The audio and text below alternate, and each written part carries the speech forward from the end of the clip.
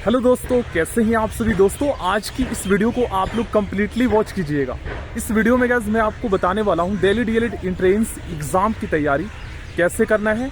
Government diet college के लिए आपको कितना नंबर लाना होगा 150 में से, ठीक है। एंट्रेंस एग्जाम आपके कब होंगे और कौन सी बुक बेस्ट है, किस बुक से आपको तैयारी करना चाहिए, ठीक है। एक आर गुप्ता की भी बुक आती है मार्केट में, लेकिन इस बुक की रियलिटी मैं आपको बता देता हूँ।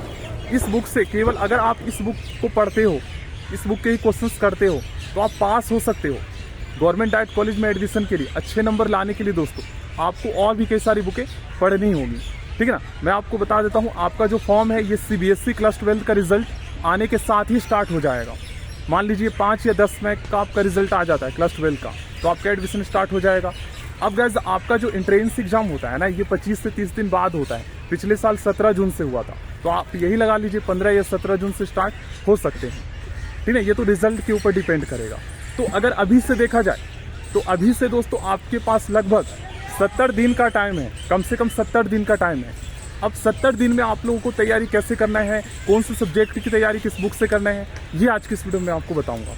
और गवर्नमेंट डाइट कॉलेज में एडमिशन के लिए कितना लाना होगा। देखो गाइस, आप पहले जो है ना पहले आप खुद को चेक कीजिए। आप जो है ना 150 में से अगर आप 110 ले आते हो तो इजीली आपको गवर्नमेंट डाइट कॉलेज मिल जाएगा। ज़्यादा कंपटीशन नहीं है दिल्ली में। तो 110 आप कैसे ला सकते हो, ये खुद ही आप जो है ना स्ट्रैटेजी बनाओ। एक कॉपी लो, आप लिखो कि कौन से सब्जेक्ट में आप कितना नंबर ला सकते हो, कौन सा सब्जेक्ट आपका वीक है, किसमें आप स्ट्रॉन्ग हो, और उसके अकॉर्डिंग आप तैयारी करो। अब जैसे आपको मैं बताता हूँ कुछ सब्जेक्ट जो काफ़ी ज़्यादा स्कोरिंग है। जैसे साइंस में आपको पता है 30 क्वेश्चन आएंगे, फिजिक्स केमिस्ट्री बायो से 10-10 क्वेश्चन आएंगे, 30 नंबर का ये हो गया। सोशल साइंस में आपके जो है 10 क्वेश्चन ज्योग्राफी से, 10 क्वेश्चन पॉलिटिकल साइंस से और 10 क्वेश्चन हिस्ट्री से आएंगे। 30-60 नंबर के हो गए 60 क्वेश्चन यहाँ पर आपके। तो ये दो सब्जेक्ट काफ़ी ज़्यादा स्कोरिंग है। उसके बाद आता है गाइस रीजनिंग। जो स्टूडेंट रीजनिंग की आज तक एक भी क्लास नहीं देखा है ना, आज तक क्वेश्चन जिन्होंने नहीं किया है, उन्हें रीजनिंग काफ़ी ज़्यादा टफ लगता है। लेकिन अगर आप रीजनिंग की वीडियो देखो, यूट्यूब पे बहुत सारे टीचर्स हैं जो काफ़ी अच्छे पढ़ाते हैं, उनकी वीडियोस देखो। रीजनिंग का मैं आपको बता देता हूँ, 15 क्वेश्चन आपका लॉजिकल एंड एनालिटिकल रीजनिंग से आएंगे। मतलब इसमें जो टॉपिक होते हैं ना, जो भी कॉम्पिटेटिव एग्जाम में जो क्वेश्चन पूछे जाते हैं रीजनिंग के, वो यही टॉपिक होता है। जैसे इसमें वेन डायग्राम आता है, इसमें आता है finding the missing number, blood relation. तो ये सारा टॉपिक मैं आपको बता दूंगा, ठीक है ना। एक वीडियो में सेपरेट अलग मैं बनाऊंगा उसमें। तो 15 क्वेश्चन आपका लॉजिकल रीजनिंग का हो गया और 15 क्वेश्चन आपका टीचिंग एप्टीट्यूड का आता है। मतलब आपका मेंटल एबिलिटी चेक किया जाता है, जब आप बच्चों को पढ़ाएंगे तो किस तरीके से आप उन्हें बेहतर तरीके से पढ़ा सकते हैं। तो 30 क्वेश्चन आपके मतलब रीजनिंग के आएंगे टोटल, लॉजिकल रीजनिंग और टीचिंग एप्टीट्यूड को मिलाकर। तो इसमें भी आप दोस्तों ईजिली 30 में से 20 ला सकते हो। अब 150 में से 110 आप कैसे ला सकते हो, इस तरीके से आप खुद ही प्लानिंग करो। अब आपको पता है एग्जाम पैटर्न काफ़ी आसान बनाया गया है, और वे स्टूडेंट जो साइंस से, कॉमर्स से, आर्ट्स से सभी डीएलएड करते हैं, ठीक है ना।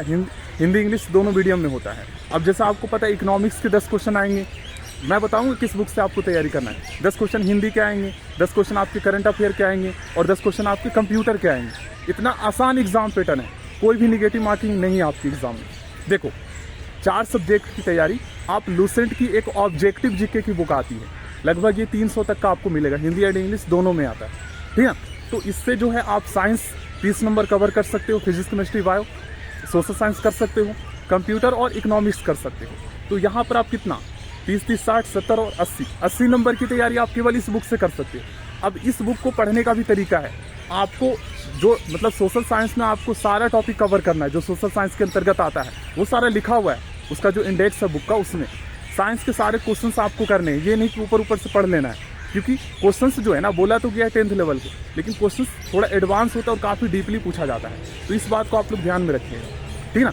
तो जितना हो सके आपको पढ़ते रहना है गाइस, क्योंकि मतलब अगर नंबर लाना चाहते हो तो आपको पूरा बुक अगर आप कंप्लीट कर देते हो 2 महीने में, तो आप लिख लो कि 110 आप इजीली ला सकते हो। क्योंकि हिंदी में जो है ग्रामर के क्वेश्चन आते हैं, सारा टॉपिक मैं बता दूँ। इंग्लिश भी आप कर लोगे, ठीक है ना। इंग्लिश में पैसेज क्वेश्चन आते हैं और ग्रामर आते हैं, बहुत ही ज़्यादा एडवांस नहीं आता है इंग्लिश का क्वेश्चन। मैथ के ओनली 10 क्वेश्चन आएंगे, जिनका मैथ स्ट्रॉन्ग होगा वो कर लेगा।